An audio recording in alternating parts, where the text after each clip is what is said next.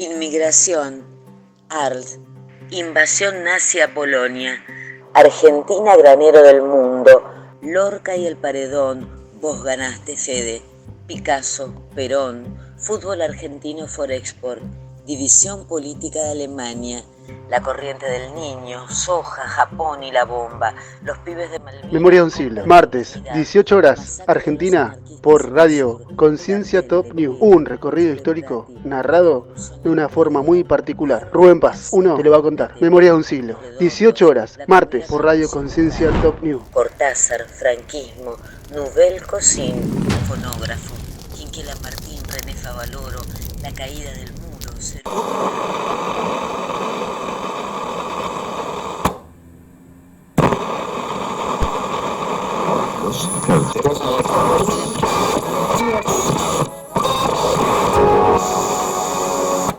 Buenas tardes a todos, Radio Escucha de Conciencia Top News. Soy Rubén Paz, conocido también como Uno del Oeste o El Rústico.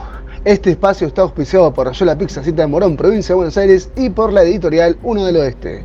Memoria de un siglo, es una vertiente del ciclo Rústicos Exquisitos, programa que lleva por la séptima temporada y que combina arte y cocina. Nombrado ciclo fue declarado de interés municipal por el municipio de Morón en el 2020.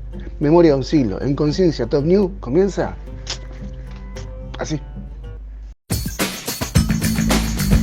Hacer realidad tu sueño. En Editorial 1 del Oeste publicamos tu libro ya. Editorial 1 del Oeste. Cura de obra, diagramación, difusión, corrección, registro, ISBN, diseño gráfico interior y exterior, novelas, poemas, ensayos, cuentos, relatos, tesis, manuales para todo tipo de ciclos y cursos. También revistas. Contactanos a nuestro WhatsApp 11 33 82 0887. En Facebook Rubén Paz. Instagram 1 del Oeste, tu libro, tu legado. Bien, rara vez programas que hablen de un filósofo o de gente intelectual, oculta o así, como que los tildan de aburridos, ¿no? Tiene ese rango de audiencia y tiene ese rango de querer volver a repetir el programa como pasó en este caso, del cual está bueno que pase eso, porque lo que hace Conte Sponville es tratar, no sé si lo logra, pero tratar de hacer pensar a la gente que lo lee. Y en ese caso me parece que está bueno que me pidan una segunda parte. Y bueno, acá está, tengo el libro en la mano, como lo ven, esta vez iba con video. Vamos a hacer una segunda recorrida. No van a entrar obviamente todos porque es mucho. Este es el ancho del libro. Son muchos tratados de pequeñas virtudes, que son grandes virtudes, ¿no? Es el pequeño tratado de grandes virtudes, es el libro que estamos compartiendo desde el martes pasado. Quiero decir, es mucha cantidad de virtudes, pero vamos a tratar de hacer lo máximo posible para que, no sé si las mejores, pero las que son más qué sé yo, conocidas se puedan lograr hacer. Dice acá la contratapa: ya casi nadie habla de virtudes. Esto no significa que no las necesitemos ni nos autoriza a renunciar a ellas. Es preferible enseñar las virtudes, decía Spinoza, que condenar los vicios. Más vale la alegría que la tristeza, la admiración que el desprecio, el ejemplo que la vergüenza. No se trata de dar lecciones de moral, sino de ayudar a cada uno, sea señor de sí mismo, como conviene, y juez único de sí mismo. ¿Con qué fin? Para ser más humano, más fuerte, más dulce. Virtud es potencia, excelencia, exigencia. Las virtudes son nuestros valores morales, pero encarnados cuanto más es posibles, vividos, en acto, siempre singulares, como las debilidades que combaten o corrigen.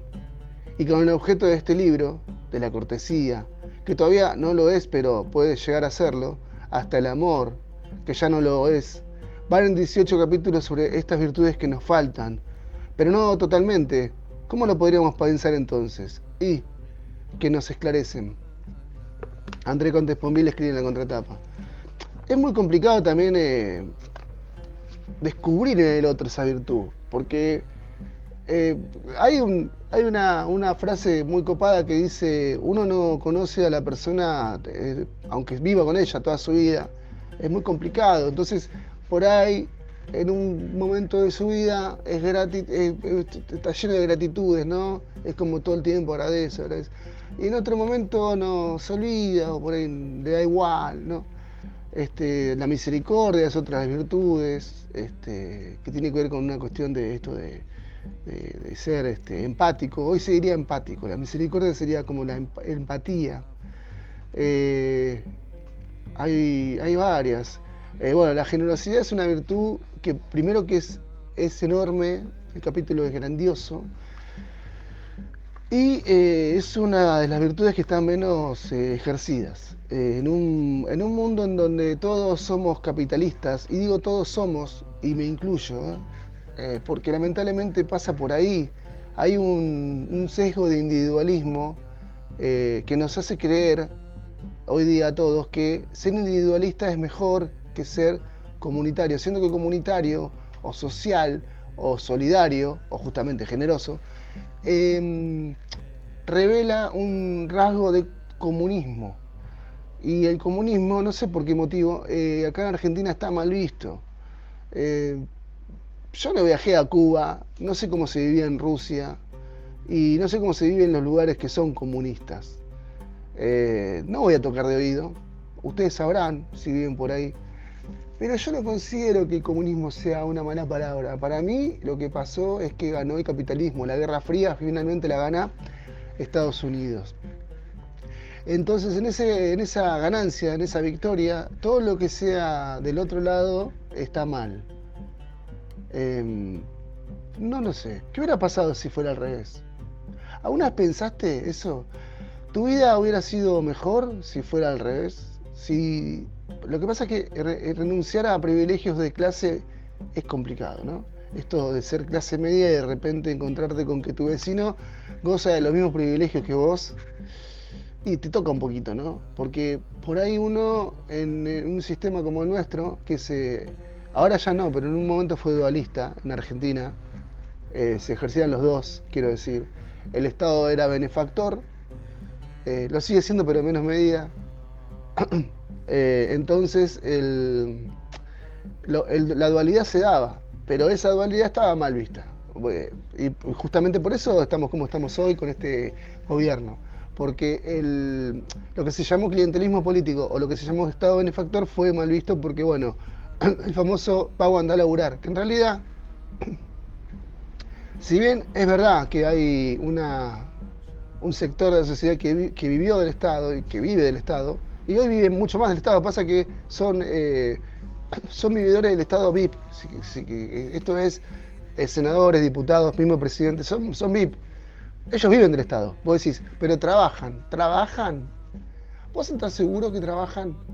¿Vos estás seguro que se levantan a las 5 de la mañana, soportan un viaje en bondi con toda la gente apelotonada, en tren con toda la gente apelotonada y vuelven a sus casas de la misma manera espantosa y soportan una familia que les pide más porque no les alcanza a fin de mes? ¿Estás seguro que trabajan? A mí me parece que no, que es distinto. El término trabajar no les cabe, yo creo que no. A la clase dirigencial argentina, estoy hablando de Argentina. El concepto de trabajo no, para mí no, es distinto. Hay una parasitosis en el gobierno, en los estamentos gubernamentales, donde ellos trabajan para vos, se supone, y lo que menos hacen es trabajar para vos. Entonces yo descartaría que estén trabajando. Yo creo que siguen chupando la teta del Estado, VIP. O sea, son de traje y corbata. O sea, ellos está bien que lo hagan. Vos, que estás a pie, empobrecido, no está bueno que pidas un subsidio, porque sos pobre y porque tenés que ir a trabajar. Te lo dice una persona, no yo, ellos, que todo el día están rascándose. Y no seamos inocentes, decir, no, pero ellos se van a la oficina y toman decisiones. No toman tantas decisiones como vos crees que tomen. No toman decisiones como para ganar 2 palos por mes, como sueldo mínimo. Entonces ahí está el problema de esto. acapararon toda la cuestión benefactora del Estado, para ellos. Y para el pueblo nada, el pueblo que se la rebusque, el pueblo que se la rebusque. Este individualismo es el capitalismo que se ejerce hoy en día, que está bien visto por la sociedad porque te lo vendieron hace 10 años o 20, en donde tenés que ir a trabajar, no puedes hacer piquete, no puedes hacer una marcha para protestar por tus derechos, porque sos un negro que a veces haces eso. Y repito, no puedes hacer una marcha para protestar por tus derechos porque sos un negro que a veces haces eso. ¿Se entiende? Es terrible porque todas las luchas del pueblo que hemos ganado se dieron en la calle y luchando contra un gobierno opresor. Hay límites que están pasando esta gente que nadie lo quiere ver o nadie le interesa ver, porque estamos mirando para el otro lado, para el lado de no, este gobierno está bien lo que está haciendo. Ni este ni cualquier otro estuvo bien lo que hicieron con las represiones o con malgastar la plata de los contribuyentes. No es este gobierno, es el sistema. El sistema que se está dando ahora el capitalismo es totalmente lo opuesto a la generosidad. Es el que no puede, no llega, se muere. Es la ley del más fuerte, el caníbal del nazismo puro. Aunque te duela y lo que acabo de decir es horrible, es eso. Lo que pasa es que está llevada a la democracia, entonces uno no lo ve como, los gobiernos personalistas. Es eso, lo que pasa es que no se quiere ver así. Ayer estaba leyendo una noticia, hoy es martes, creo que 17 de septiembre. Ayer estaba leyendo una noticia donde dicen que en un pueblo creo de San Juan, se levantó el pueblo completo, 300 contribuyentes, para protestar por los aumentos creo que de la luz. Yo aplaudo eso, porque hay que hacerlo. Hay que levantarse por los aumentos excesivos de los servicios básicos y también por los aumentos excesivos de la canasta familiar. Pero claro, ¿qué pasa? Es lo que te dije antes. Si vos te levantás, sos vos tu vecino. El que puede pagar y el que está limado es cuando te agarran la lima y hacen sobre una superficie, la superficie la desgastan. Bueno, los noticieros te desgastan con esa lima en la cabeza para decirte que vos no podés salir a la calle porque sos un vago. Pasa un taxista que le cortan el tránsito porque están protestando por que no le están pagando el sueldo hace 2 meses y el taxista que vive la diaria te dice que sos un vago. El taxista ese a la noche cuando llega a su casa cuenta las monedas para comprarse el pan. Hay un problema de conceptos y de limaduras de los medios masivos de información, desinformación, en donde la generosidad justamente no es la virtud que se está ejerciendo, sino el individualismo caníbal que está haciendo muy bueno el trabajo. Este trabajo viene de la década del 70, para aquellos que se madrugaron ahora, en donde dicen, pero este sistema, este sistema, esto que se plantea hoy, en donde la policía es lo máximo que puede ser, los milicos y qué sé yo, y la gente común como vos y como yo, somos los parias, se viene planteando en la década del 70. Yo no soy, por supuesto, comunista, pero entiendo que hay un recelo contra esas personas que son solidarias, son generosas. No seas generoso, te está diciendo el sistema. Acapará lo tuyo, pisá lo otro y salí adelante. Meritocráticamente hablando. Bueno, es hermoso lo que acabo de decir, pero es así. Lamentablemente está planteado de esta manera y no creo que vaya a darse vuelta la tortilla. Vos ves cada vez más pibes que están en la de ellos. Y los pibes son nuestro futuro. Yo tengo casi 50 años. Nada, mi opinión no vale.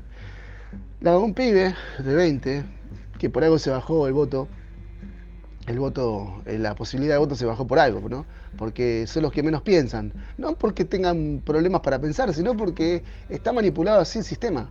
Para que ellos, todo sea rápido.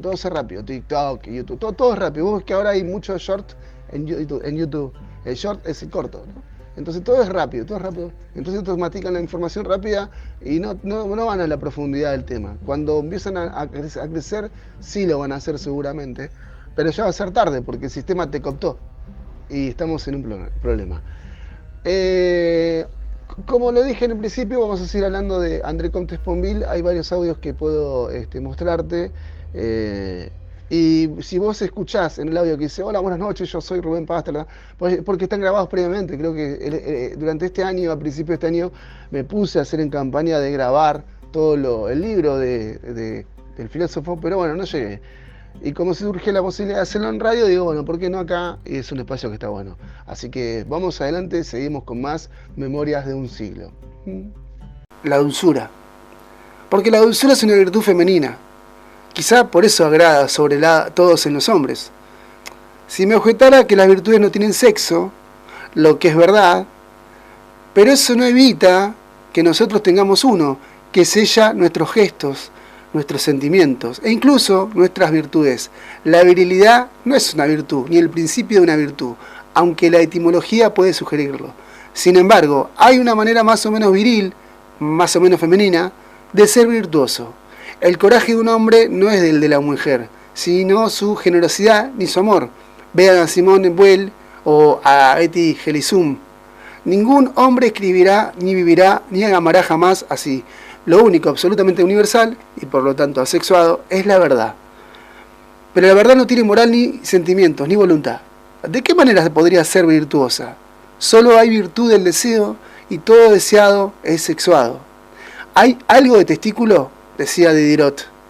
En el fondo de nuestros razonamientos más sublimes, de nuestras ternuras más depuradas, testículo se decía entonces también de los ovarios, pero ello no anula la diferencia. Si solo hay valor y por el deseo, como creo, es normal que todos nuestros valores sean sexuados. No quiero decir que los valores sean privativos de uno u otro sexo, ni los quiera Dios, por supuesto, pero cada individuo tiene, en función de lo que es hombre o mujer, tal o cual manera, algo masculina o algo femenina. Y no basta el sexo biológico, de vivirlos o de carecer de ellos, sería un desastre. Observa a Todorov. Que todo el mundo se alineara con los valores masculinos. Sería el triunfo de la guerra, aún justa, y de las ideas incluso generosas. Faltaría lo esencial, el amor. No se me podrá convencer de que el amor, para el individuo o para la especie, no empiece con la madre, que es la vida, que es la dulzura. Por favor, no me digan que las mujeres también tienen ideas. Lo he notado, pero también he creído notar que se engañan menos que los hombres, y es una ventaja. Pocas mujeres, me parecen, habrían aceptado escribir la crítica de la razón pura o la gran lógica de Hegel, por razones relativamente a la pesadez y monotonía de esos libros, por más geniales que sean. Suponen una seriedad intelectual, una fe en las ideas, una idolatría del concepto que un poco de feminidad tornaría improbables y casi ridículas, si no fueran tan mortíferas. ¿Acaso hay algo más pobre que una abstracción, algo más muerto o algo más ridículo que considerarlas con toda seriedad? Arlet, que se acaba de despertar, me está escuchando, en cuanto a la violencia femenina, también la he encontrado, pero ¿acaso es una causalidad que la mayoría de los crímenes sean perpetrados por hombres? ¿Que los niños pequeños jueguen a la guerra? ¿Y que casi solo los hombres la practiquen y a veces obtengan placer en ello? Se me dirá que ese concierne a la cultura, tanto o más que a la naturaleza. ¿Quién sabe?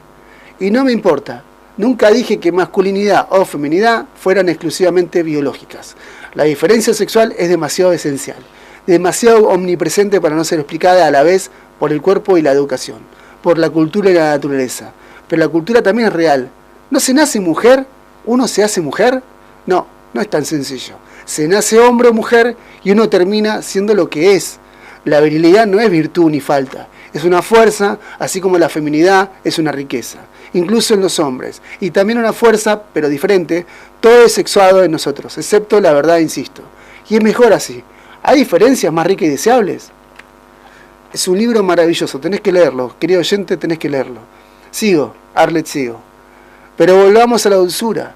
Lo que tiene de femenino, o parece tal, es un coraje sin violencia, una fuerza sin dureza, un amor sin cólera. Es lo que se oye también en Schubert y se lee también en Etty Hillesum.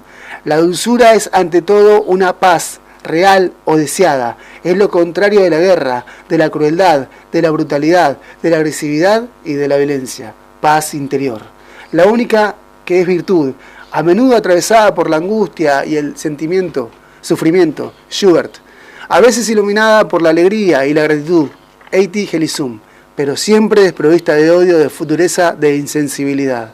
Aguerrirse y endurecerse son dos cosas diferentes, observaba Eiti Gelizum en 1942. La dulzura la distingue, es amor en paz, incluso en la guerra, tanto más fuerte cuanto es aguerrido, y tanto más dulce por ello. La agresividad es debilidad, la cólera es debilidad, la violencia misma, cuando descontrolada, es una gran debilidad.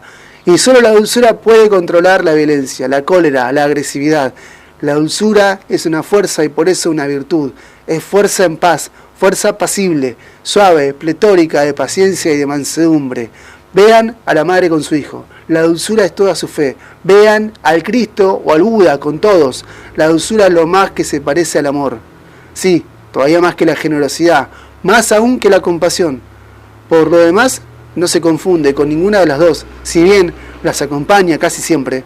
La compasión pena por el sufrimiento ajeno. La dulzura evita provocarlo o aumentarlo. La generosidad desea el bien del otro. La dulzura rehúye dañar al otro. Se asemeja a los beneficios de la generosidad, y acaso lo sea. Sin embargo, Arlet, cuántas generosidades acertadas, cuántas buenas acciones invasivas, enfogadas, brutales, habrían podido ser más ligeras y amables gracias a la dulzura. Sin contar que la dulzura nos torna generosos, porque es dañar al prójimo no darle lo bueno que solicita o que podemos darle. Interesante. La dulzura trasciende la compasión, pues se anticipa a ella, y no necesita ese dolor del dolor. Quizá más negativa que la puramente afirmativa generosidad, pero más positiva que la puramente reactiva compasión. La dulzura mora entre los lindes, sin nada de peso, ni de pose, sin nada de fuerza, ni agreda. He citado, al hablar de la pureza, la notable fórmula de Pavese en su journal. Serás amado el día en que podrás mostrar tu debilidad sin que el otro se sirva de ella para afirmar su fuerza. Decía yo que era desear ser amado con pureza, también es querer ser amado con dulzura, es decir, ser amado. Dulzura y pureza van casi siempre de la mano, porque la violencia es la maldad original, la primera obscenidad, ya que la maldad hace daño, ya que el egoísmo corrompe. Todo puede ser ávido, grosero, brutal. Por otra parte, cuánta dulzura, cuánta pureza en la caricia de una amante. En ella muere toda la violencia del hombre, toda la obscenidad del hombre, toda la brutalidad del hombre. Mi dulzura, dice él, y es una palabra de amor. ¿Quién sabe si no la más verdadera y la más dulce? Si los valores son asexuados, Arlet, señala Todorov, todo individuo es necesariamente heteróclito, imperfecto, incompleto. El camino hacia una humanidad más completa o por ello más humana solo puede encontrarse en la androginia o en la pareja. Casi siempre la parte femenina que hoy en el hombre lo salva de la peor. Cuánto horror entre los hombres, cuánta violencia, cuánta vulgaridad en los trenes de soldados, desprovistos de feminidad. No sé si se puede decir lo mismo de las mujeres, si necesitan una cierta dosis de masculinidad. La mujer, decía Rilke, está más cerca del humano que el hombre. ¿Quién sabe si la androginia también puede hacer una riqueza, un encanto, sin duda, una fuerza en las mujeres? Pero una necesidad, una virtud. Se confunde a menudo la feminidad con la histeria. Su caricatura, también en los hombres, patológica, la histérica desea seducir, ser amada, parecer. Eso no es dulzura, eso no es amor. Es narcisismo, artificio, agresividad desplazada, toma de poder. La histérica, decía Lacan, busca un amo sobre quien reinar. Seducción sin duda, pero en el sentido en que la seducción despista o abusa. Es la guerra amorosa y lo contrario del amor. Arte de la conquista, reverso del don de sí.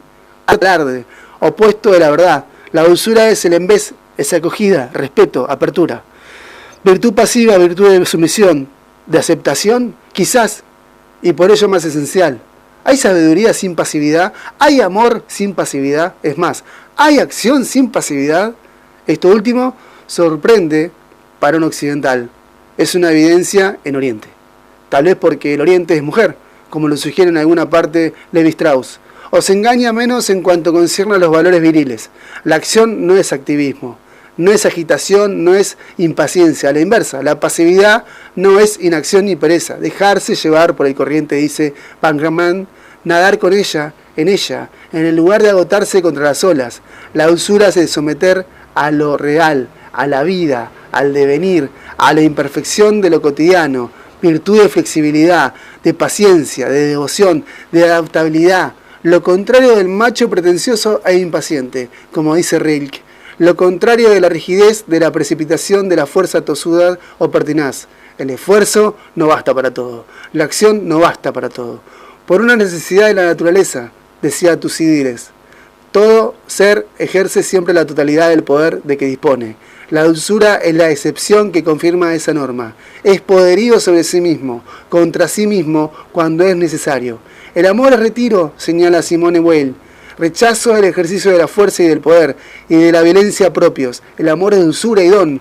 Lo contrario de la violación, lo contrario del asesino, lo contrario de la toma de poder o de control. Es Eros liberado de tánatos y de sí mismo. Virtud sobrenatural, decía Simone Weil. Y no lo creo en absoluto. Vean una gata con sus crías, vean a un perro que juega con niños. La humanidad no ha inventado la dulzura, pero la cultiva, se nutre ella y así se torna más humana. El sabio, Arlet, decía Spinoza, actúa con humanidad y dulzura. Humanit et benigne. Esa dulzura es la benignidad de Montaigne, debida incluso a los animales, insistía, a los árboles y a las plantas. Es la negativa a producir dolor, a destruir cuando no es indispensable, a saquear. Es respeto, protección, benevolencia. No llegar a ser caridad, que ama al prójimo como a sí mismo y que supone, como viera Rousseau, la adopción de una máxima sublime. Haz al otro lo que quieras que te hagan a ti. La dulzura no apunta tan alto, es una especie de bondad natural o espontánea cuya máxima, menos perfecta que la anterior pero acaso más útil, sería la siguiente. Haz el bien con el menor daño posible al otro. Esta máxima de la dulzura, sin duda es menos elevada que la de la caridad, menos exigente, menos exaltante, es también más accesible y por ello más útil y más necesaria. La historia de la humanidad prueba que es posible vivir sin caridad, pero no sin un mínimo de dulzura. Los griegos, y especialmente los atenienses, se jactaban de haber aportado la dulzura al mundo, porque en ella veían lo contrario de la barbarie, casi un sinónimo de civilización. El etnocentrismo no es nuevo. Sin duda es verdad que nuestra civilización es griega y que nuestra dulzura necesariamente debe algo a los helenos. Pero, ¿qué era la dulzura? Praotes, para el griego antiguo. Lo mismo que para nosotros, lo contrario de la guerra. La primera aclaración la da el verbo, que significa apaciguar. Lo contrario de la cólera, lo contrario de la violencia y la dulzura, dureza. Más que una virtud, en primer término, es la conjunción de varias a su fuente común. Y hay un apartado que dice, en el nivel más modesto, la dulzura designa la gentileza de los modales de la benevolencia hacia el prójimo, pero puede intervenir en un contexto más noble. Al manifestar para con los desdichados, se acerca a la generosidad y a la bondad. Con los culpables es indulgencia y comprensión. Para con los desconocidos y el hombre en general es humanidad y casi caridad. Asimismo, en la vida política puede ser tolerancia o clemencia según se trate de la relación con los ciudadanos o con los súbditos o incluso con los vencidos. En el origen de esos diversos valores hay, sin embargo, una misma disposición a escoger al otro como alguien a quien solo se le deseara el bien, por lo menos en la medida en que se practicable sin desmedrón de algún otro deber. Y el hecho es que los griegos tuvieron noción de esa unidad, ya que todos estos valores se pueden, según el caso, designar con la palabra praos. Aristóteles reconoce en la dulzura una virtud completa. El justo medio, en la cólera, entre esos dos defectos que son la irascibilidad y la lasitud. El hombre dulce está entre el colérico, difícil y salvaje, y el que es servil y estúpido, debido a sus imposibilidades o excesiva placidez. Hay cóleras justas y necesarias, así como existen guerras y violencias justificadas. La dulzura allí decide y actúa. Aristóteles observa, no obstante, que su virtud de praotes se inclina peligrosamente hacia el lado de la carencia. Si bien el hombre dulce es aquel que se encoleriza por lo necesario o por las personas que lo merecen y que además lo hace de modo conveniente en el momento adecuado y por el lapso que haga falta, tremendo, regular todo eso. Y no con mayor frecuencia ni más tiempo ni un exceso. La cuestión de criterio y de límite sigue pendiente. Solo se llama dulce a quien lo es en mayor medida que sus conciudadanos, pero como saber el límite de la dulzura. ¿no? ¿Cómo saberlo? ¿Quién puede evaluar el objeto y el alcance de la duración legítima de una cólera? Otra. La dulzura puede oponerse aquí, y en efecto se opondrá a la magnanimidad. Suele ser así.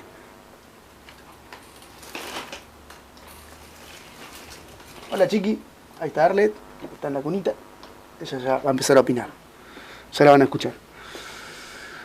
Tal como la altivez griega se opone a la humanidad judeocristiana, soportar las burlas o permitir que se insulten a los enemigos es señal de una alma vil, escribe Aristóteles. El maestro de Alejandro, tal como su alumno, no tenía tendencia a presentar la otra mejilla. Hay un extremismo de dulzura, una especie de tentación evangélica, que se puede considerar despreciable o sublime según la perspectiva que se adopte. ¿Cobarde? No, porque la dulzura solo existe cuando no se origina en el miedo. Hay que elegir aquí sencillamente entre dos lógicas, la del honor y la de la caridad. Y todos sabemos hacia qué lado se inclina la dulzura. Y Arlet empezó a opinar. Es imperativo entonces que por dulzura predicar la no violencia. Es una consulta, ¿no? La vuelvo a hacer. ¿Es imperativo entonces por dulzura predicar la no violencia? No es tan sencillo. Porque la no violencia, llevada a su extremo, nos prohibirá combatir eficazmente la violencia criminal o salvaje. No solo cuando apunta a nosotros, lo que la caridad podría admitir e incluso justificar, sino cuando amenaza a otros. Por ejemplo, cuando masacra u oprime a inocentes indefensos. Lo que ni la caridad ni la justicia podrían tolerar, quien no lucharía para salvar a un niño, quien no tendría vergüenza de no luchar, la violencia no es buena. La no violencia es buena, está bien así. Escribe Simone Weil, solo cuando es eficaz. Lo que equivale a decir que la opción no es de principio, sino de circunstancia. Es interesante esa parte.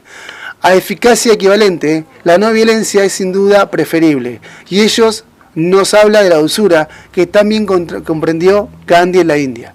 Pero calcular la eficacia relativa de un medio es asunto que atañe a la prudencia, que no se puede sacrificar sin faltar a la caridad, cuando está en juego la vida de otros. ¿Qué hacer, por ejemplo, si una mujer es atacada en mi presencia?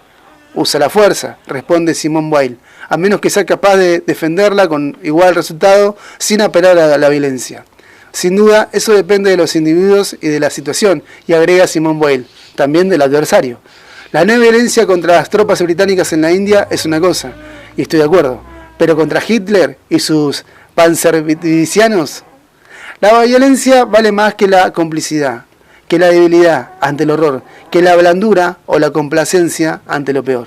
No hay que confundir entonces a los pacíficos, que aman la paz y están dispuestos a defenderla incluso por la fuerza, con los pacifistas, que rechazan toda guerra. Decía entonces que rechazan toda guerra a los pacifistas, ¿no? Cualquiera que sea y contra quien sea, elegir la dulzura en sistema o en absoluto es impedir la defensa. Por lo menos en determinadas circunstancias de aquella, la paz que se pretende, ética de convicción, diría Marx, Weber, pero a veces irresponsable por sí misma convicción. No existen valores absolutos, o en todo caso la dulzura no lo es, ni sistema de moral, ni virtud suficiente. Ni siquiera el amor justifica todo o disculpa todo. No reemplaza a la prudencia ni a la justicia. Con mayor motivo, la dulzura solo es buena cuando no sacrifica las exigencias de la justicia y del amor, debido ante todo a los más débiles y a las víctimas más que a los verdugos. Arle se está macando. Arle, lindo. ¿En qué circunstancias entonces tenemos el derecho moral y el deber de luchar y especialmente de matar? Solo cuando es necesario para impedir males mayores. Por ejemplo, más muertes, más sufrimientos, más violencia. Se dirá que cada uno puede tener criterios diferentes y que en un principio así no ofrece ninguna garantía. ¿Cómo podrías haberla? Es una gran pregunta. Solo existen los casos particulares singulares y nadie puede decidir por nosotros. ¿Es justificable, por ejemplo, la pena de muerte? ¿Por qué no si fuera eficaz? El problema en este campo no es tanto moral como técnico y político. Si la pena de muerte contra los asesinos de niños pudiera salvar más niños por un posible efecto disuasivo y la imposibilidad de contumacia, o igual número o mejor que la cantidad de criminales ejecutados, ¿quién podría oponerse? ¿O hay que convertir en un absoluto el respeto de la vida humana? ¿Por qué no? Pero entonces también hay que condenar al aborto. Y todo aborto, porque proteger más a un asesino de niños que a un niño en gestación, ¿no? Pero entonces no era lícito matar a los nazis durante la guerra. Y son culpables de los jueces de Nuremberg, que condenaron a Göring, Ribbentrop y varios de sus semejantes. Lo absoluto es absoluto, y no puede depender de las circunstancias ni de los individuos. Para mí, que no creo en ningún absoluto, ¿hay algo más relativo que la vida y el valor de la vida? El problema es de oportunidad, de medida, de eficacia, ya lo dije, y tiene, por de pronto, menos relación con la dulzura que con la prudencia, o con la dulzura, pero bajo el control de la prudencia y de la caridad. No se trata, en primer lugar, de castigarse, se trata de impedir. En relación con la pena de muerte, en los asuntos de derechos humanos, lo dije, pero no es así. En los asuntos de derechos en común, no tengo opinión y no le doy mayor importancia. La prisión perpetua e incluso la de 20 o 30 años es tanto mejor. Marcel Conche propone una solución razonable que me gusta bastante. A ella me remito. Pero no sé si me hará decir en ningún caso que un Hitler, si lo que hubiera capturado vivo, o alguno de sus secuaces debería haber terminado sus días en una cárcel. Son demasiado pocas seguras y las víctimas, pasadas y por venir, tienen derecho a exigir más. Problema político, dije, o técnico. Ello no soluciona el problema moral. Si admitimos que a veces es legítimo matar para combatir un mal mayor, y el valor individual del acto no deja de variar como siempre, e incluso en una situación que se supone habitual, por ejemplo la guerra. En función de los individuos, cada uno debe juzgar. ¿Pero cómo? Haría falta un criterio. Simone Weil, con su rigor de costumbre, propone uno, lleno de exigencias y de dulzura. Y paso a decirles, guerra, mantener intacto el amor por la vida, nunca infligir la muerte sin aceptarla a uno mismo. En caso que la vida es de X estuviera ligada a la propia hasta el punto que las dos muertes fueran simultáneas, ¿estaríamos dispuestos a que muriera? Si el cuerpo y el alma aspiran a la vida y a pesar de todo, sin mentir, podemos responder que sí, tenemos derecho a matar. Pocos seres capaces de esta dulzura, y solo ellos podrán ser violentos. A veces, con toda inocencia, para nosotros, para no estamos allí, que estamos muy lejos. Eso no significa que la violencia nunca se justifique. Se justifica cuando su ausencia sería peor. Significa sencillamente que la violencia nunca es inocente.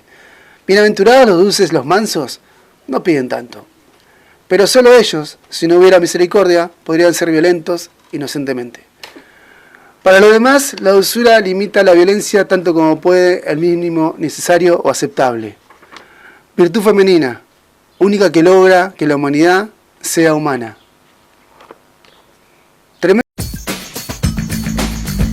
Hacer realidad tu sueño. En Editorial 1 del Oeste publicamos tu libro ya. Editorial 1 del Oeste. Cura de obra, diagramación, difusión, corrección, registro, ISBN, diseño gráfico interior y exterior, novelas, poemas, ensayos, cuentos, relatos, tesis, manuales para todo tipo de ciclos y cursos. También revistas. Contactanos a nuestro WhatsApp 11 33 82 0887. En Facebook Rubén Paz. Instagram 1 del Oeste. Tu libro, tu legado. Capítulo 7. La generosidad. La generosidad es la virtud del don. Ya no se trata de dar a cada uno lo suyo, como decía Spinoza, a propósito de la justicia, sino de regalarle lo que no es suyo, que le falta, lo que tú tienes. Que la justicia también puede participar en ella, sin duda, es posible. Si damos algo a alguien que, sin pertenecerlo ni siquiera según la ley, le corresponde de alguna manera. Por ejemplo, cuando alimentamos al hambriento. Mas no es necesario ni esencial para la generosidad. De ahí el sentimiento que podemos tener a veces de que la justicia es más importante, más apremiante, más necesaria. A su lado, la generosidad semeja un lujo, un suplemento de alma. Debemos ser justos antes que generosos, decía Chamfort. Así como tenemos camisas antes que encajes. Sin duda, como justicia y generosidad transitan por vías diferentes, es incierto entonces que el problema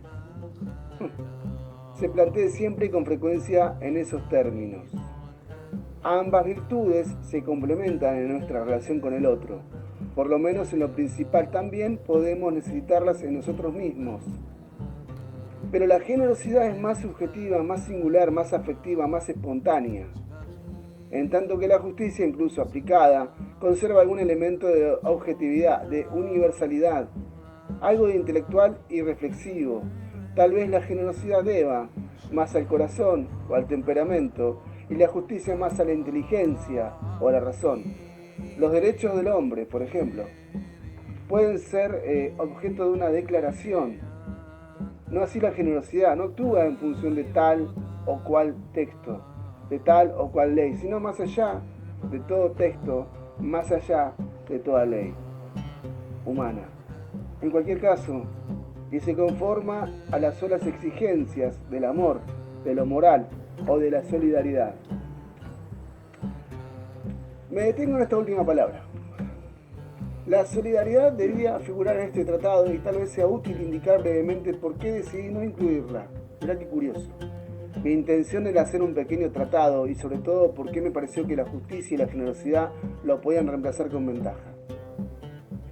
La solidaridad es una situación de hecho antes que un deber y un estado de ánimo, que se siente o no, antes que una virtud o un valor. La situación de hecho queda clara por la etimología. Ser solidario es pertenecer a un conjunto insólido, como se decía en latín, es decir, para el todo. Así, los deudores son solidarios, en sentido jurídico, cuando cada uno responde a la totalidad de la suma adecuada en común. Por tanto, presentan una cierta solidez, en donde deriva la palabra un cuerpo sólido es aquel cuyas partes están enlazadas entre sí, en que las moléculas, podríamos decir, son solidarias, incluso los estados líquidos o gaseosos, de manera que lo acaecido en una sucede o repercute en la otra. En otras palabras, la solidaridad es ante todo coherencia, independencia, comunidad de interés o destino.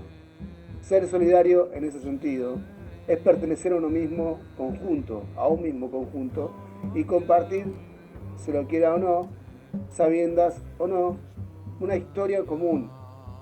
Solidaridad objetiva, que distingue un abijarro entre granos de arena y una sociedad de una multitud.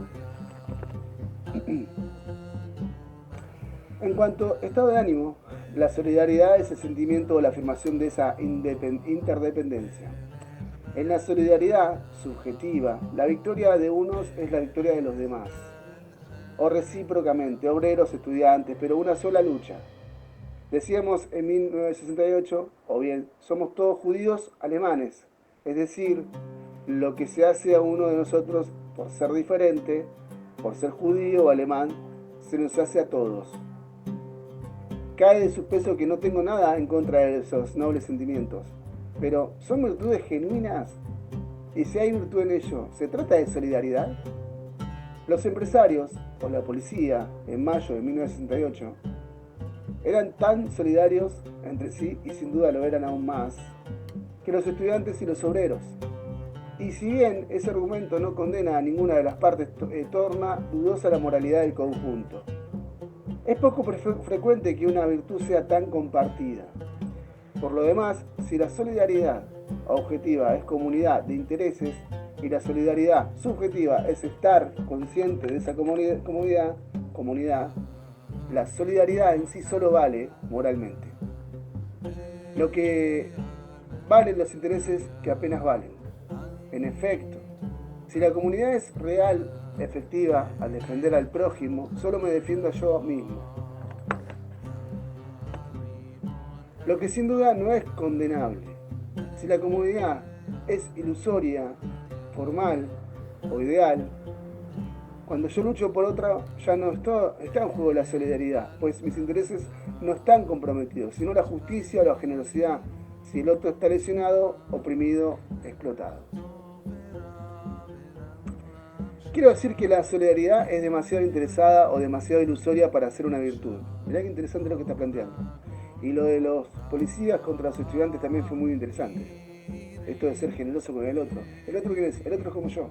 El otro es yo siendo estudiante, el otro es yo siendo policía. Eso es muy bueno. ¿Cómo lo plantean? Ese egoísmo, dice, bien entendido o generosidad mal entendida. hablando, ¿no?, de esta cosa ilusoria de la solidaridad. Ello no impide que sea un valor, pero solo en tanto cuanto escapa a la angostura del yo, al egoísmo estrecho y limitado, al solipsismo, digamos, ético. Más que una cualidad, es ausencia de un defecto. Tomo por prueba que el lenguaje resiste, a pesar del abuso a lo que lo someten los políticos, a toda tentativa de moralizar la solidaridad. Si digo de alguien que es justo, generoso, valiente, tolerante, sincero y dulce, todos entienden que detallo sus virtudes. Si agrego es solidario, quedan sorprendidos por el intransitivo y verosímilmente me preguntarán, ¿solidario con quién? Es muy interesante esto.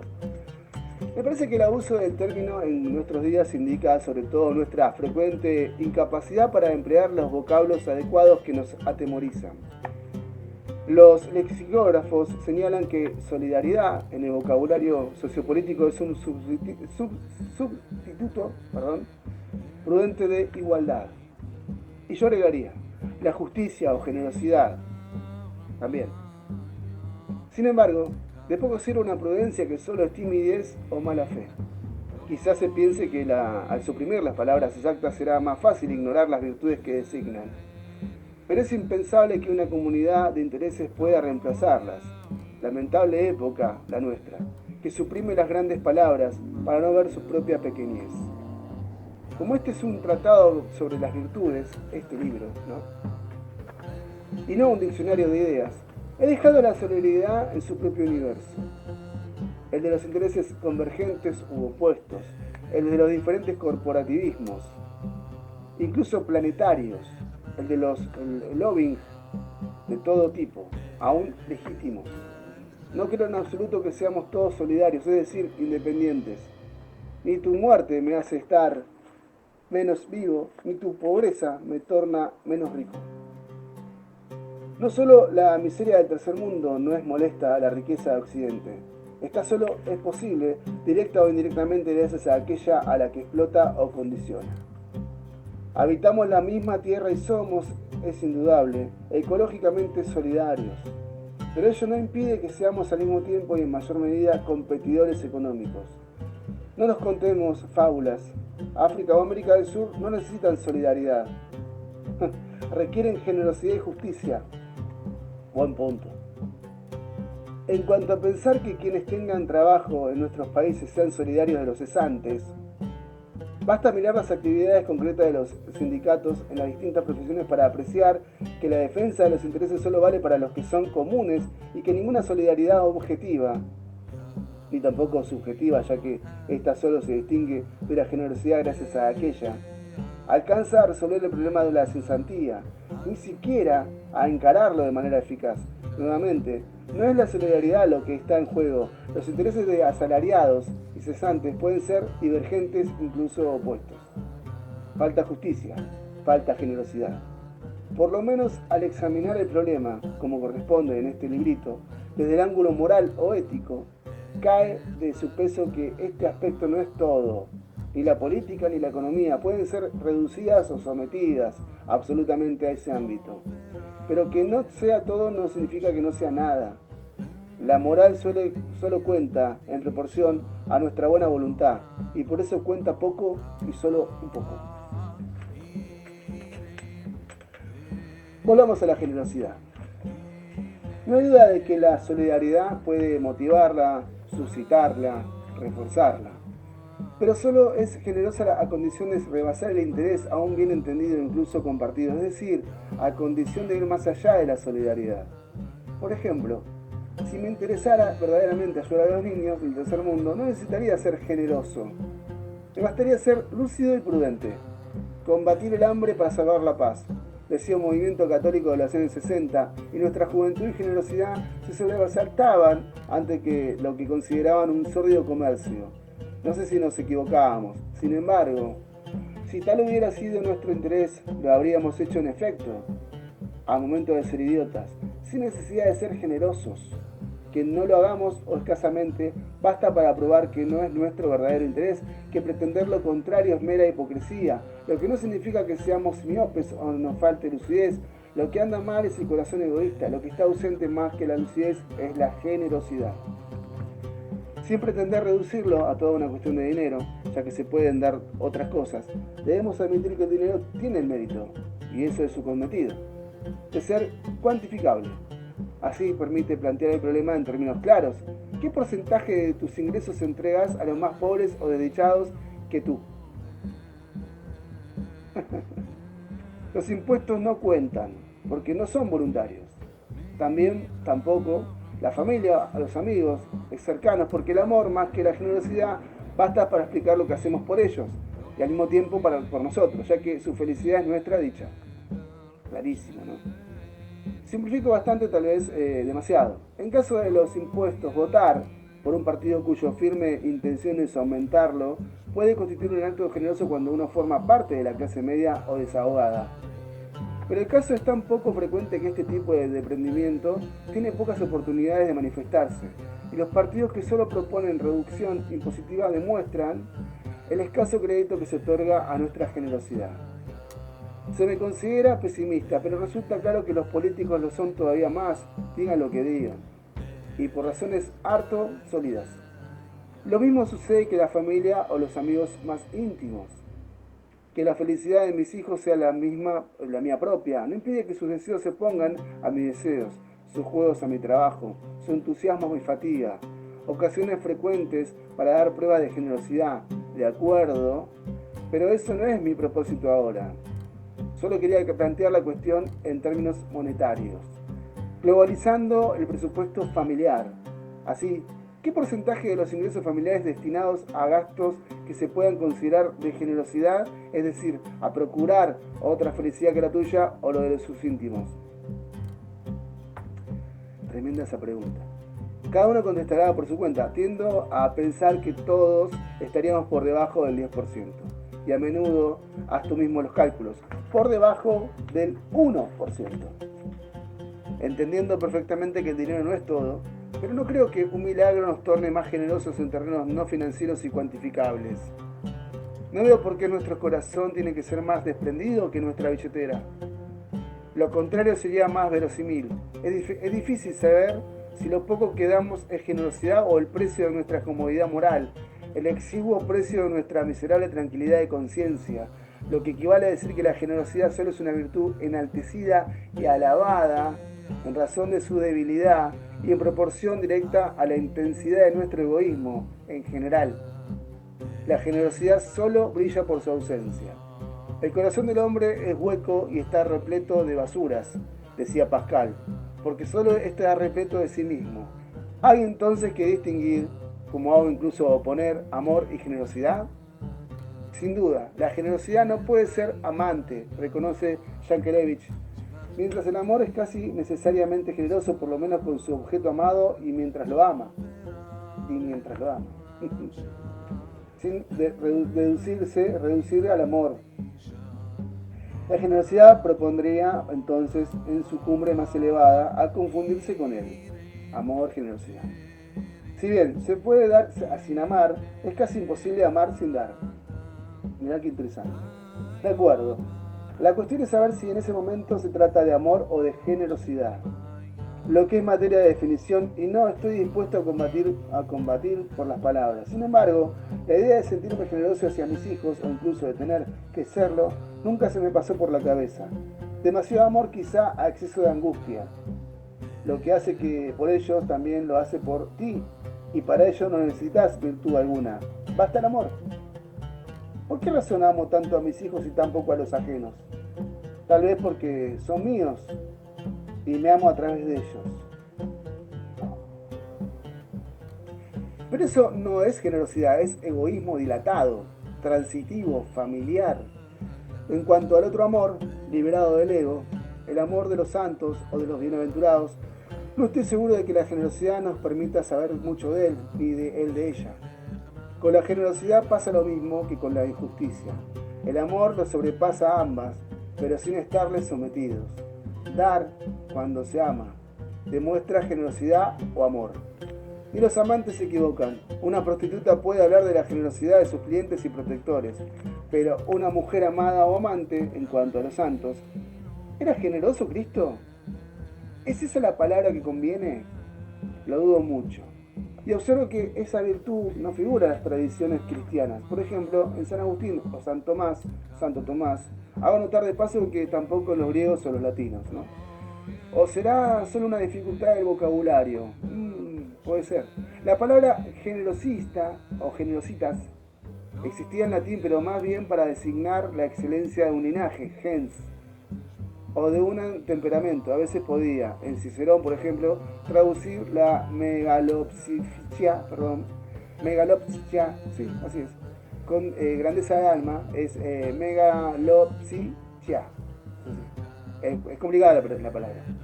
De los griegos, de manera más sencilla, la grandeza del alma, quiero decir. Lo mismo vale en francés y en castellano. Magnanimidad. No fue un producto de la escuela y sin duda, generosidad describe mejor la grandeza del alma en su aspecto propiamente moral y virtuoso. Así la evocan Corneille y Descartes. Volveremos sobre ello. En el idioma contemporáneo, sin embargo, la grandeza de alma cuenta menos que el don, o solo es generosa por su disposición a dar. La generosidad entonces aparece en la encrucijada de las virtudes griegas, la magnanimidad y la liberalidad. El magnánimo no es vanidoso ni bajo, el liberal no es avaro ni prodigio, o pródigo. Así, quien tiene las dos virtudes es siempre generoso. Por ello no alcanza para hacer amor, ni hace sus veces. La generosidad es virtud del don, decía, don de dinero, por lo que concierne a la liberalidad. Donde sí, próximos de la magnanimidad, incluso del sacrificio. Pero solo se puede dar lo que se posee, y a condición de no estar poseído por ello. Muy interesante. Así, la generosidad es indisociable de una forma de libertad o dominio de sí, que para Descartes es lo esencial. Es una pasión y a la vez una virtud. La definición se nos entrega en un famoso artículo del Tratado de las Pasiones, que citaré en su totalidad. Está bueno lo que va a decir ahora, escuchá.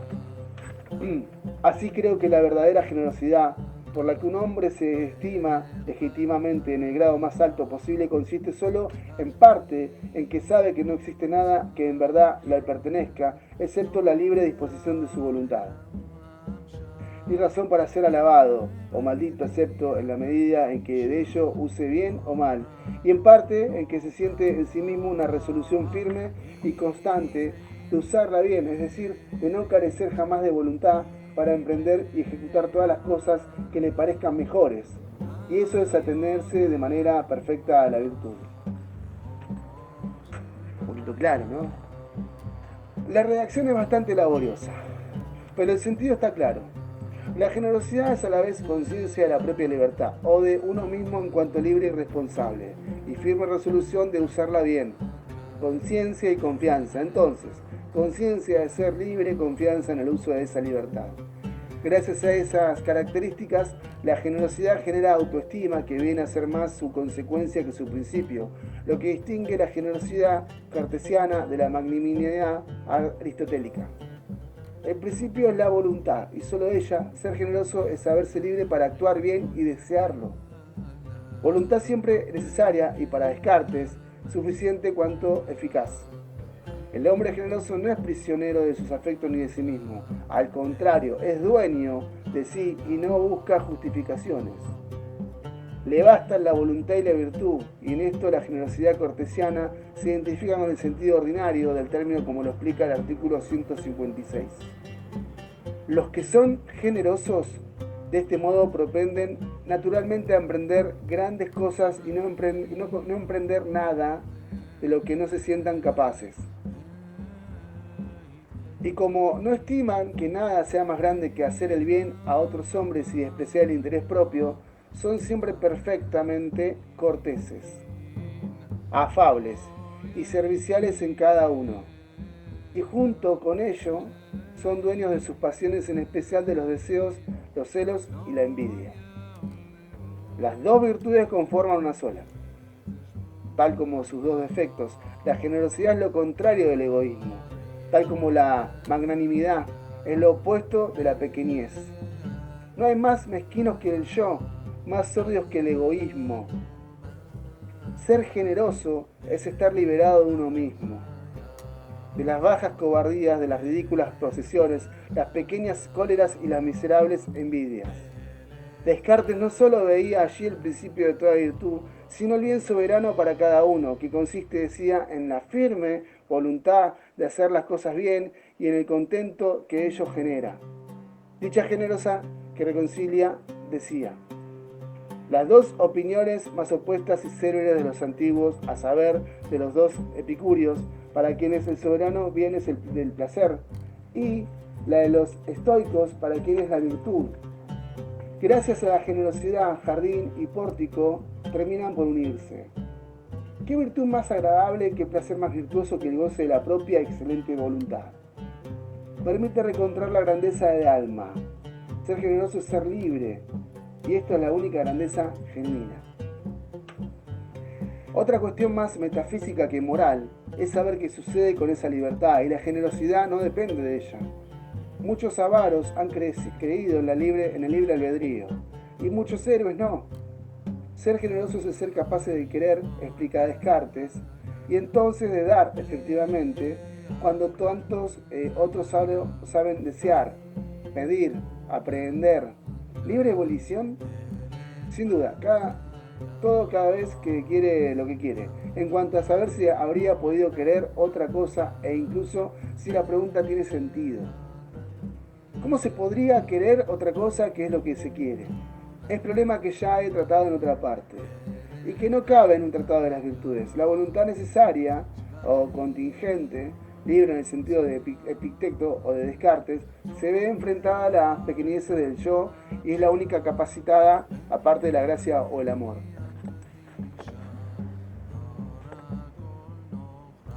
Para triunfar sobre ellas, esa victoria es la generosidad, cuando su causa es la voluntad.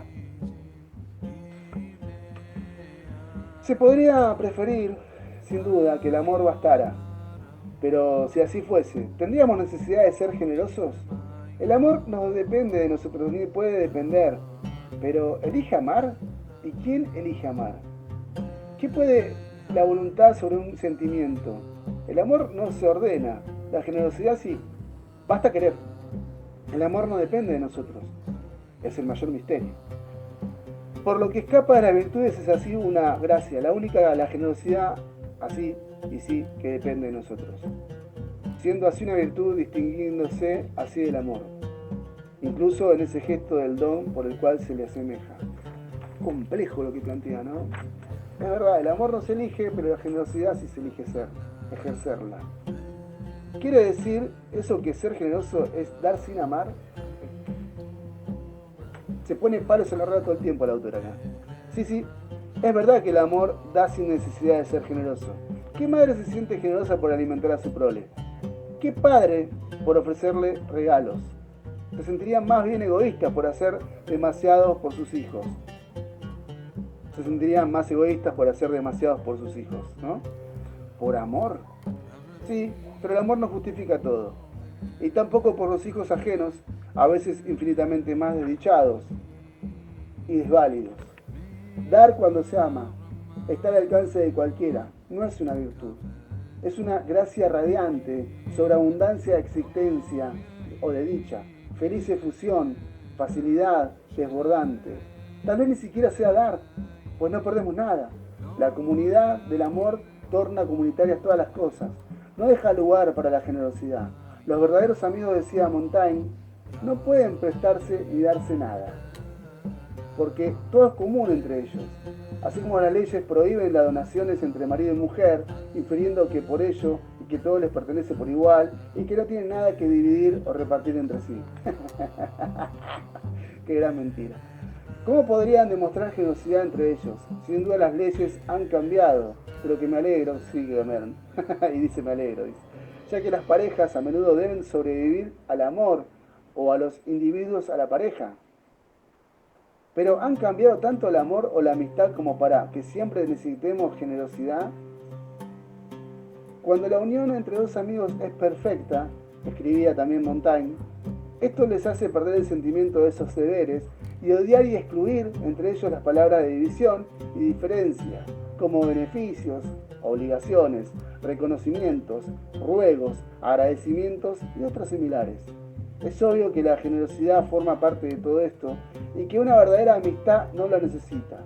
Nada puede dar a mi amigo, ya que todo lo mío le pertenece. Se me objetará, y con razón, que eso solo vale en las amistades perfectas semejantes a las que parece vivió Montaigne, que son muy escasas. Sin embargo, ellos me dan la razón, al menos en lo esencial, solo necesitamos generosidad cuando nos falta amor, y por eso casi siempre la necesitamos. Anarquía. Primeros clubes de fútbol. Perón. Campeones del mundo. Bilardo. Menotti. Hitler. La masacre de Rincón-Bomba. Golpe de Estado. Rock and roll. Casas tomadas. Memorias de un siglo, martes, 18 horas Argentina, por Radio Conciencia Top News. Un recorrido histórico por cada rincón de la historia argentina y mundial. Sílabos del Sur. Cometa Halley. La caída del muro. Crack financiero.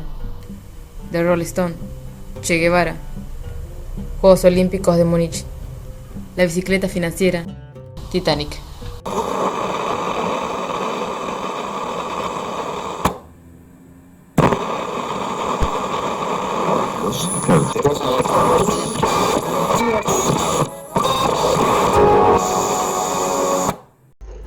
La generosidad, tal como la mayor parte de las virtudes, obedece a su manera al mandamiento evangélico. Amar al prójimo como a nosotros mismos, si pudiéramos. ¿Para qué es la generosidad? No. Solo la precisaríamos para que con nosotros mismos, que solo la requerimos a veces cuando ni siquiera podemos amarnos. Pero, ¿para qué el mandamiento cuando nos podamos practicarlo? ¿Solo se puede imponer una acción? No, no se trata entonces de amar, sino de actuar como si amáramos, con nuestro prójimo y con nuestro íntimo, o con los desconocidos y con nosotros mismos. No me refiero a las pasiones o a los afectos singulares que son intransferibles. Hablo de las acciones que sí no son, por ejemplo, si amaras al extraño que sufre hambre y frío, ¿qué harías nada por él? ¿Rehusarías socorrer al miserable que lo reclama? ¿Qué harías si la amaras como a ti mismo? La respuesta es de una loca y cruel simplicidad. Es la respuesta moral la que exige o exigiría la virtud. El amor no necesita la generosidad, pero desgraciadamente solo él puede prescindir de ella sin egoísmo y sin falta. Amamos el amor y no sabemos amar. La moral nace de ese amor y de esa impotencia. Hay en ello una imitación de los afectos, como podría decir Spinoza, donde cada uno imita sobre todo lo que no tiene. Así como la cortesía es una semblanza de virtud, ser cortés es parecer virtuoso. Sin duda, toda virtud, en cualquier caso toda virtud moral, es una semblanza de amor. Ser virtuoso es actuar como si se amara. A falta de ser virtuosos, hacemos como si, y a eso se llama cortesía. Como no sabemos amar, hacemos como si, y a eso llamamos moral. Los hijos imitan a sus padres, que a su vez imitaron a los suyos. El mundo es un teatro. La vida es una comedia, pero en la cual los roles no son equivalentes y tampoco los actores. Sabiduría de Shakespeare. Quizá la moral es una comedia, pero sin moral no hay comedia buena. Lo más serio, lo más real es reír, llorar, lo aparentamos y no es un juego. Las normas que respetamos nos constituyen, para lo mejor o lo peor, mucho más de lo que nos divierten. Representamos un papel si se quiere, pero es el nuestro, nuestra vida, nuestra historia. No hay en ello nada arbitrario ni cotidiano, ni contingente. Nos impulsa el cuerpo, por el deseo, nos lleva allí la infancia, por el amor y por la ley. Pues el deseo quiere primero saciar, devorar, poseer, pero la ley lo prohíbe. El amor, que da y protege, lo prohíbe Freud, quizá está mucho más cerca de lo que él mismo creía de una cierta inspiración evangélica.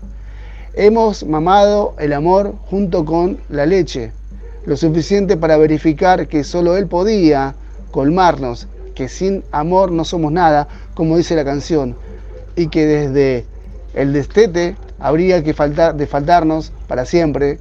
De allí esas virtudes incluso aproximativas, incluso débiles, que son nuestros homenajes al amor ausente y la señal de que sigue siendo válido como exigencia, allí mismo donde falta, donde reina sin gobernar, donde obliga, es lo que se llama un valor, incluso en ausencia. El amor nos falta, decía, y allí está, muy a menudo, la experiencia más cierta que tengamos del amor.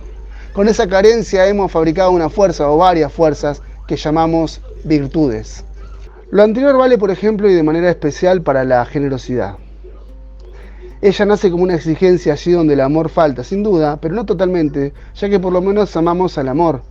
Modum amabam et amare amabam. Y seguimos allí. En una medida que le permite seguir valiendo de modelo o de mandamiento cuando fracasa o no puede expandirse como sentimiento. Ya que el amor daría, la generosidad nos invita a dar a quienes nos amamos, tanto más o cuanto más necesiten y mejor situados estemos para ayudar. Sí, que allí donde el amor no puede guiarnos por ausente, que la proximidad y la urgencia lo hagan. Es lo que erróneamente se llama caridad. La caridad verdadera es amor. Y la falsa es condescendencia o compasión. ¿Y qué debería llamarse generosidad? Porque depende de nosotros, porque es libre en ese sentido, porque es contra la esclavitud de instintos, posesiones y miedos. La libertad misma en espíritu y en acto.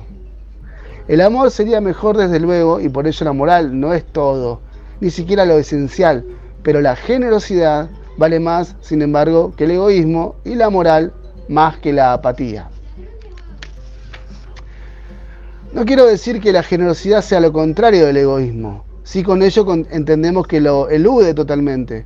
¿Cómo sería posible? ¿Por qué sería necesario? ¿Cómo la razón no exige nada más contra la naturaleza? Escribe Spinoza. Pide que cada uno se ame a sí mismo, busque su propia utilidad, lo verdaderamente útil para él. Desee todo lo que conduzca al hombre a una mayor perfección y, hablando en términos absolutos, que cada uno se esfuerce en conservar su ser mientras lo posee. No se sale del principio del placer, porque no se sale de la realidad. Pero eso no quiere decir que todos los placeres sean equivalentes. La alegría decide, el amor decide. ¿Qué es entonces la generosidad? Un deseo, contesta Spinoza, por el cual un individuo, bajo el único mandamiento de la razón, se esfuerza en asistir a otros hombres y establecer un lazo de amistad entre ellos y él. La generosidad, junto con la firmeza o el coraje, animositas, es una de las dos ocurrencias de la fortaleza del espíritu. Las acciones que solo tienden a la utilidad de la gente la relaciono con la firmeza, explica Spinoza. Y las que tienden al mismo tiempo a la utilidad de los demás con la generosidad. Hay utilidad, por lo tanto, en los casos y del sujeto mismo en ambos casos. No se sale del ego, o solo a condición de asumir primero su exigencia propia, que es perseverar en el ser lo más posible, lo mejor posible, o dicho de otra manera, actuar y vivir. Todos sabemos que ello no siempre es realizable, que a veces hay que morir incluso necesariamente, porque el universo es más fuerte, y Spinoza no lo niega. Pero ¿quién prefiere morir a traicionar, morir a renunciar, morir a abandonar? Sigue afirmando su ser, su potencial vital, su conatus, al oponerse victorioso a la muerte o a la ignorancia, mientras vive y dando fruto mientras combate y resiste. Spinoza no cesa de repetir que la virtud es una afirmación de sí, una búsqueda de la utilidad propia, pero también que Cristo, incluso en la cruz, es el mejor ejemplo. No siempre la utilidad propia se encuentra en el mayor bienestar ni en la vida más larga. Esta es la vida más libre, la vida más verdadera. Ya no se puede vivir siempre. Lo importante es vivir bien. ¿Y cómo? Sin coraje y sin generosidad. ¿Cómo? Se habrá observado que se define la generosidad como deseo, no como alegría. Lo que basta para diferenciarla del amor o, como también dice Spinoza, de la caridad. Es bastante claro que la alegría puede surgir por exceso e incluso cuando se la busca expresamente, ya que la amistad a que tiende la generosidad solo es alegría. compartida. Pero la alegría o el amor pueden, precisamente, nacer de la generosidad, no confundirse ni reducirse a ella. Para hacer el bien, a quien amamos no se requiere un mandamiento de la razón, ni entonces generosidad. Basta el amor, basta la alegría. Pero cuando el amor falta, cuando falta la alegría o es demasiado débil, incluso sin que intervengan la compasión que nos torna benevolentes. La razón subsiste y nos enseña, ella que carece de ego y nos libera del egoísmo, que nada hay más útil al hombre que el hombre, y que todo odio es malo. Finalmente, que quien es conducido por la razón desea a los demás lo que desea para sí mismo. En ese punto, la utilidad de la gente se encuentra con lo del otro y el deseo se torna generoso. La cuestión es luchar contra el odio, la cólera o el desprecio y la envidia. Tristezas y causas de tristezas. Mediante el amor, cuando está presente, o por generosidad, cuando no está el amor, es probable que esté forzando un poco el texto en la extinción entre amor y generosidad, que es equívoco, más en su espíritu que es claro. El odio debe ser derrotado por el amor, la tristeza por la alegría y la función de la generosidad. Como deseo, como virtud, es propender y a esforzarse por ello. La generosidad es deseo de amor, deseo de alegría y de compartir, y alegría en sí misma, ya que el generoso goza en ese deseo, por lo menos ama en sí mismo ese amor del amor. Se recordará la tajante definición de Spinoza. El amor es una alegría que acompaña a la idea de una causa externa. Amar, el amor, en consecuencia, es deleitarse en la idea de que el amor existe o existirá. Pero también es esforzarse por hacerlo venir. Y esa es la generosidad misma. Ver generoso es hacer el esfuerzo de amar y actuar en consecuencia. Así la generosidad se opone al odio, y al desprecio, y a la envidia, y a la cólera, y sin duda a la indiferencia. Tal como el coraje se opone al temor, o en general, como la firmeza de ánimo se opone a la impotencia, y a la libertad y a la esclavitud. No es todavía la salvación, porque no otorga ni beatitud ni eternidad, pero esas virtudes son para nosotros las cosas primordiales.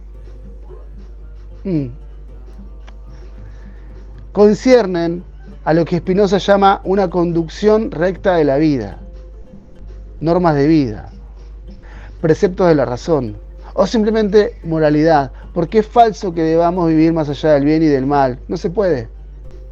Y tampoco nos conviene la moral de los tristes y de los censores. Lo que está en juego aquí es una moral de la generosidad, que conduce a una ética del amor, hacer bien las cosas y mantenerse en la alegría, decía Spinoza. El amor es la meta, la generosidad el camino. Si la generosidad fuera absoluta y universal, decía nos dispensaría de la justicia. Y se ha visto que eso es concebible. Sin embargo, es obvio que la justicia, incluso perfeccionada, no podría dispensarnos de la generosidad. También, esta última es socialmente menos necesaria y, en mi opinión, humanamente más preciosa. Me preguntarán, ¿para qué tantas comparaciones cuando somos tan poco capaces de la una y de la otra? Pero eso es poco, es algo, a pesar de todo, y nos permite ser sensibles a su pequeñez y desear a veces disminuirla. ¿Hay alguna virtud que primero no sea incluso muy poco en deseo de virtud? En cuanto a saber si la generosidad resulta de un sentimiento natural y primigenio, como pensaba o de un proceso de elaboración del deseo y del amor de uno mismo, especialmente por la imitación de los afectos y la sublimación de las pulsiones, como pudieran pensarlo Spinoza o Freud, corresponde a que antropólogos decidirlos, y eso moralmente casi no tiene importancia. Fundar el valor de las virtudes en su origen es engañarse, como también lo es querer invalidarlas en nombre de ese origen. Estoy convencido de que toda deriva de la animalidad, es decir, de lo más bajo, o por lo menos de lo que nos parece tal. Es obvio que la materia y el vacío, de donde todo proviene, incluso la animalidad, no tiene nada ni alto ni bajo. Pero ello está admitir también que nos elevan, y por esto lo contrario de toda virtud es una forma de bajeza. Podríamos decir que la generosidad nos eleva hacia los demás y hacia nosotros mismos en tanto cuanto liberados de nuestro minúsculo yo. El idioma nos advierte que quien no es generoso en absoluto es bajo, cobarde, mezquino, vil, avaro, codicioso, egoísta, sórdido, y todos lo somos. Pero no siempre ni totalmente. La generosidad nos separa y a veces nos libera de ello. Señalemos para finalizar que la generosidad, como todas las virtudes, es plural, tanto en su contenido como en los nombres con que se las designa. Unida al coraje puede ser heroísmo, unida a la justicia se convierte en equidad, junto a la compasión deviene benevolencia, junto a la misericordia ya es indulgencia, pero su nombre más bello es su secreto, y todos los conocemos, unida a la dulzura se llama bondad. Capítulo 7 entonces de André Comte Sponville, qué buen término que le dio, ¿no? La generosidad. Seguimos con más Memorias de un siglo. Hacer realidad tu sueño. En Editorial 1 del Oeste publicamos tu libro ya. Editorial 1 del Oeste. Cura de obra, diagramación, difusión, corrección, registro, ISBN, diseño gráfico interior y exterior, novelas, poemas, ensayos, cuentos, relatos, tesis, manuales para todo tipo de ciclos y cursos. También revistas. Contactanos a nuestro WhatsApp 11 33 82 0887. En Facebook Rubén Paz. Instagram 1 del Oeste, tu libro, tu legado. Desde el libro Pequeño Tratado de las Grandes Virtudes de André Comte Sponville. La humildad. La humildad, Arlet, es una virtud humilde. Incluso duda de ser una virtud. Quien se jactará de poseerla mostraría simplemente que no la tiene. Sin embargo, eso no prueba nada. No debemos jactarnos, ni siquiera estar orgullosos de ninguna virtud. Y eso nos enseña la humildad. Torna discretas las virtudes como imperceptibles por sí mismas. Casi las niega. Inconsciencia es más bien una conciencia extrema de los límites de toda la virtud y de uno mismo. Ese tacto es la marca, también discreta, de una lucidez sin mácula y de una exigencia sin debilidades. La humildad no es desprecio de uno mismo, o es un desprecio libre de error. No es ignorancia de lo que somos, sino más bien conocimiento o reconocimiento de lo que no somos. Es su propio límite, pues conduce a una nada, pero en ello también humana, porque sabio que sea solo es un hombre, hay algo más caduco, más miserable, más güero. Sabiduría de Montaigne, sabiduría de la humilde. Es absurdo pretender superar al hombre, no se puede, no se debe. La humildad es virtud lúcida, siempre insatisfecha de sí misma, aún más frustrada si no la estuviera. Es la virtud del hombre que sabe no ser Dios. Así es la virtud del santo, Arlet, que los sabios, excepto Montaigne, parece que a veces no poseen. Pascal no deja de tener razón cuando critica la soberbia de los filósofos, porque algunos consideran seriamente la divinidad. Los santos no se dejan engañar. ¿Divino yo? Habría que ignorar a Dios, o ignorarse a sí mismos. La humildad rechaza por lo menos la segunda de esas ignorancias. Y por eso es una virtud. Concierne al amor de la verdad y le está sometida. Ser humilde es amar la verdad más que a uno mismo. Por eso todo pensamiento digno de tal nombre supone la humildad. El pensamiento humilde, el único que vale, se opone a la vanidad que no piensa pero cree que lo hace. Se dirá que la humildad apenas dura, tampoco el pensamiento. De ahí los sistemas orgullosos. A la inversa, la humildad pensaría más bien, sin creerlo, duda de todo y especialmente de sí misma, humana, demasiado humana. ¿No será la máscara de un muy sutil orgullo? Toma un mate. Pero, Arlet, intentemos ante todo definirla. La humildad, escribe Spinoza, es una triste nacida de la consideración que el hombre tiene de su impotencia o de su debilidad. Esa humildad es menos una virtud que un estado, es un afecto, dice Spinoza, o dicho de otra manera, un estado de ánimo. Todo el que imagina su propia impotencia ve su alma entristecida por eso mismo. Todos lo experimentamos y sería abusivo transformarlo en una fuerza.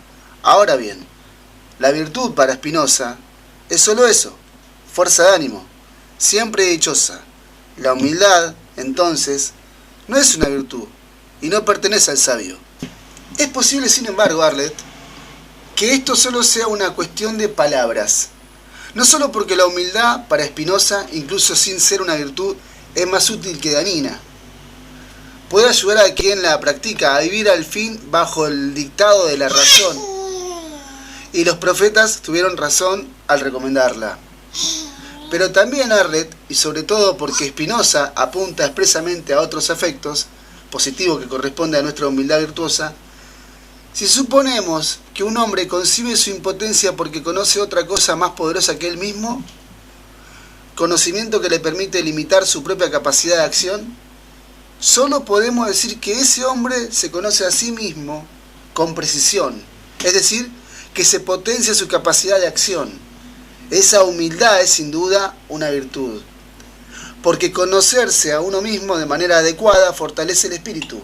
Lo contrario de la humildad es el orgullo, y todo orgullo es ignorancia. Gracias al conocimiento de algo más grande. ¿Sin tristeza? ¿Por qué no? Si uno deja de amarse solo a sí mismo. Evitaremos entonces, a pesar de ciertos traductores, confundir la humildad con la micropugia de Aristóteles, que hay que vestir más bien como bajeza o pequeñez. ¿De qué se trata? Recordemos que para Aristóteles toda virtud es una cumbre entre dos abismos.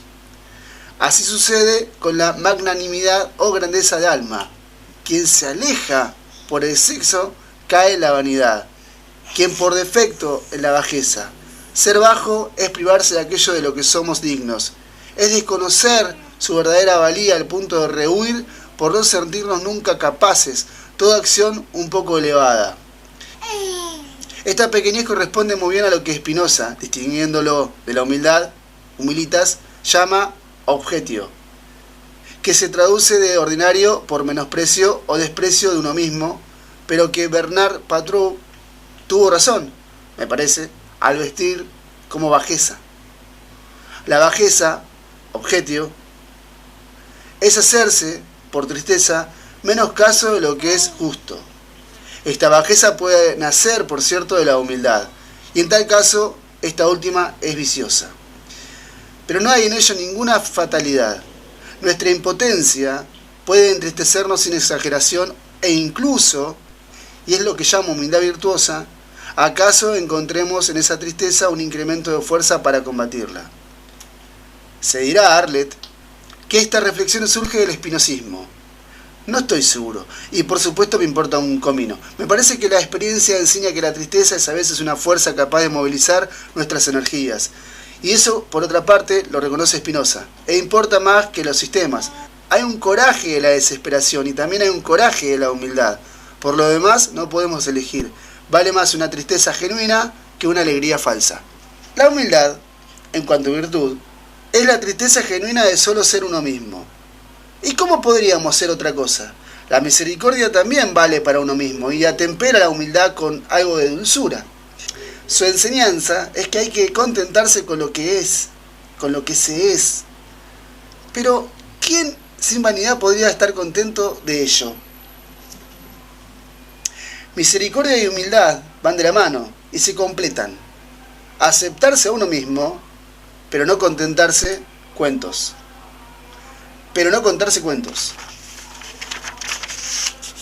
El contentamiento con uno mismo, escribe Spinoza, es sin duda el objeto supremo de nuestra esperanza. Digamos que la humildad es su desesperación y todo queda dicho.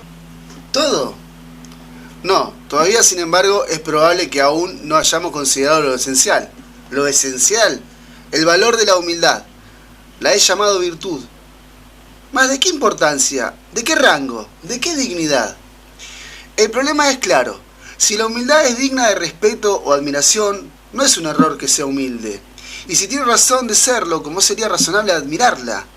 Parece que la humildad es una virtud contradictoria, que solo podría justificarse por su propia ausencia o valer a expensas de sí misma. Soy muy humilde. Autocontradicción. Me falta humildad. Primer paso hacia ella. ¿Cómo un sujeto puede valer al desvalorizarse? En el fondo, nos aproximamos aquí a la doble crítica, kantiana y nietzscheana, de la humildad. Veamos un poco los textos. En la doctrina de la virtud, Kant opone legítimamente lo que llama la falsa humildad o bajeza, al deber de respetar en uno mismo la dignidad del hombre como sujeto moral. La bajeza es lo contrario del honor, explica, y aquella es tan vicio como una virtud. Kant agrega de inmediato que también existe una humildad genuina, humilitas moralis, de la cual nos propone esta bella definición. La conciencia y el sentimiento de su escaso valor moral en comparación con la ley es la humildad. Lejos de atentar contra la dignidad del sujeto, esta última humildad la supone. No habría razón alguna para someter a la ley a un individuo incapaz de esa legislación interior. La humildad implica elevación. Y la confirma, someterse a la ley es una exigencia de la misma ley. La humildad es un deber. Con todo, Arlet, Kant la mantiene dentro de límites estrictos, mucho más restringidos, dicho sea de paso, que las costumbres cristianas o solo católicas, e incluso, me parece, más estricto que los de una disposición espiritual cuya generalidad y valor los míticos atestiguan no solo en Occidente, al menos para quienes consideran con seriedad lo que dicen arrodillarse y posternarse en tierra. Incluso para tornarse sensible a la adoración de las cosas celestiales es contrario a la dignidad humana. Escribe Kant. Y eso es bello. Pero es verdadero. Es obvio que no debemos ser serviles ni cortesanos. Pero ¿quiere decir esto que también debemos condenar, contrariamente las más altas y probadas tradiciones espirituales, la mendicidad, por ejemplo? ¿Acaso San Francisco de Asís o Buda pecaron contra la humanidad? Podemos admitir que en rigor que en todos los casos es indigno de un hombre humillarse y encorvarse ante otro. Pero aparte de que la humildad no es humillación y ninguna relación tiene con ella, la humillación solo sirve a los orgullosos o a los perversos. Aún así debemos considerar con toda seriedad lo sublime, como dice Kant, de nuestra condición moral. ¿No sería esto precisamente una carencia de humildad, de lucidez y de humor? El hombre empírico, homo phenomenon animal rationale, apenas tiene importancia, explica Kant, si no se lo considera como persona, homo noumenon, es decir, como sujeto moral que posee una dignidad absoluta. Su escaso valor como hombre animal no puede perjudicar su dignidad de hombre razonable. Pero ¿qué sucede si los dos son uno solo?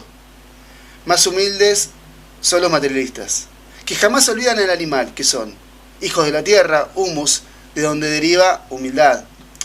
Indignos para siempre del cielo que inventan, e incluso en el caso de la comparación de uno mismo con otros hombres. ¿Acaso es culpable o bajo inclinarse ante Mozart, Cavaliers o el Ave Pierre? Quien se transforma en gusano no debe quejarse si lo pisan, escribe altivamente Kant. Pero quien se transforma en estatua, aún para gloria del hombre y la ley, ¿debe lamentarse porque se lo atribuya fanfarronerías o frialdad? ¿Vale más el mendigo sublime que lava los pies del pecador? Vale más el mendigo sublime que lava los pies del pecador. En cuanto a Nietzsche, querida Arlet, no terminaríamos nunca de seguir sus vericuetos. Tiene razón en todo, se equivoca en todo, y lo que dice la humildad no escapa de ese remolino. ¿Quién puede poner en duda que la humildad muchas veces incluye una buena porción de nihilismo o de resentimiento? ¿Cuántos solo se acusan para censurar mejor al mundo y a la vida y así excusarse? ¿Cuántos se niegan por incapacidad de afirmar y de hacer? Sí, aquellos que suponemos más pletóricos de humildad y de menosprecio por sí mismos suelen ser los más llenos de ambición y de envidia, decía Spinoza. Sí, otra vez. Pero es el caso de todos. Hay una humildad en Rabelais, en Simone Weil, en Etty Hillesum e incluso en Pascal o Montaigne, junto a la cual la grandeza nietzscheana huele a hinchazón. Nietzsche retoma la imagen de Kant, la del gusano. El gusano se acurruca cuando se le pisa. Gran sabiduría, porque disminuye las posibilidades de que se le siga caminando por encima. En el lenguaje de la moral, humildad. ¿Pero eso dice todo acerca de la humildad? ¿Es lo esencial? ¿Podemos explicar con ese tipo de psicología la humildad de un San Francisco de Asís o de una San Juan de la Cruz? Los más generosos tienen por costumbre ser los más humildes, escribe Descartes, que nada tenía de gusano. No se puede ver en la humildad solo el reverso de no sé qué odio a sí mismo. No confundamos la humildad con la mala conciencia, la humildad con el remordimiento, la humildad con la venganza, la humildad con la vergüenza. No se trata de juzgar lo que hicimos, sino lo que somos. Y somos tan poco. ¿Hay siquiera allí materia para juzgar? Los remordimientos, la mala conciencia o la vergüenza suponen la posibilidad de que se habría podido actuar de otro modo o mejor. La humildad verificaría más bien que nos resulta imposible ser mejores. Puede hacerlo mejor. La fórmula del maestro acusa antes de alentar y habla de remordimiento. La humildad diría más bien es lo que puede. Demasiado humilde para acusar o excusarse. Demasiado lúcida para irritarse totalmente consigo misma. Nuevamente, humildad y misericordia van juntas. Y el coraje no necesita estímulos. El remordimiento es un error porque supone el libre arbitrio. Los estoicos y Spinoza lo impugnan por eso. Más que una falta. La humildad, un saber antes de ser una virtud. ¿Saber triste? Si se quiere, pero más útil que una ignorancia alegre. Más vale menospreciarse que equivocarse. Sin confundirlas, podríamos aplicar a la humildad y a fortiori, ya que no supone la ilusión del libre arbitrio, ni el mismo redoblamiento del dolor. Lo que Spinoza dice de la vergüenza, a pesar de estar triste, en realidad el hombre que tiene vergüenza, por lo que hizo es sin embargo más perfecto que el impúdico, que no tiene ningún deseo de vivir honestamente. Aunque triste, el humilde es más perfecto que el pretencioso impúdico. Todos lo sabemos. Más vale la humildad del buen hombre que la arrogancia satisfecha del cabrón. Y muestra el error de Nietzsche. La humildad es virtud de esclavo, dice. Los amos, altivos y orgullosos, no la necesitan. Toda humildad les resulta despreciable. Bien, pero ¿acaso no es más despreciable el desprecio que la humildad? Y la glorificación del sí mismo, en lo que se reconoce la aristocracia, ¿es acaso compatible que esa lucidez que Nietzsche dice ser con justicia la virtud filosófica por excelencia? Me conozco demasiado para glorificarme por cualquier cosa, objetaría el humilde. Necesito más bien toda la misericordia de que soy capaz solo para soportarme. ¿Hay algo más ridículo que jugar al superhombre? ¿Por qué dejar de creer en Dios solo para engañarse hasta ese punto sobre uno mismo? La humildad es ateísmo en primera persona. El humilde es ateo de sí mismo, como el incrédulo lo es de Dios. ¿Para qué pretender romper todos los ídolos si es para glorificar al último, el yo? Si es para celebrar el culto de uno mismo. Humildad igual verdad, diría Yankelevich. Cuanto más cierto y más humilde que la glorificación nietzscheana. Sinceridad y humildad son hermanas. La despiadada y lúcida sinceridad, la sinceridad sin ilusiones es para el sincero una perpetua lección de modestia. Y viceversa, la modestia favorece al ejercicio de la sincera introspección. Es también el espíritu del psicoanálisis. Su majestad y el yo, como dice Freud, pierde su trono.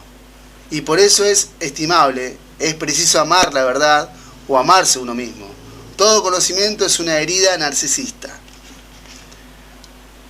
Entonces, Arlet, tal vez ¿Hay que odiarse como quería Pascal?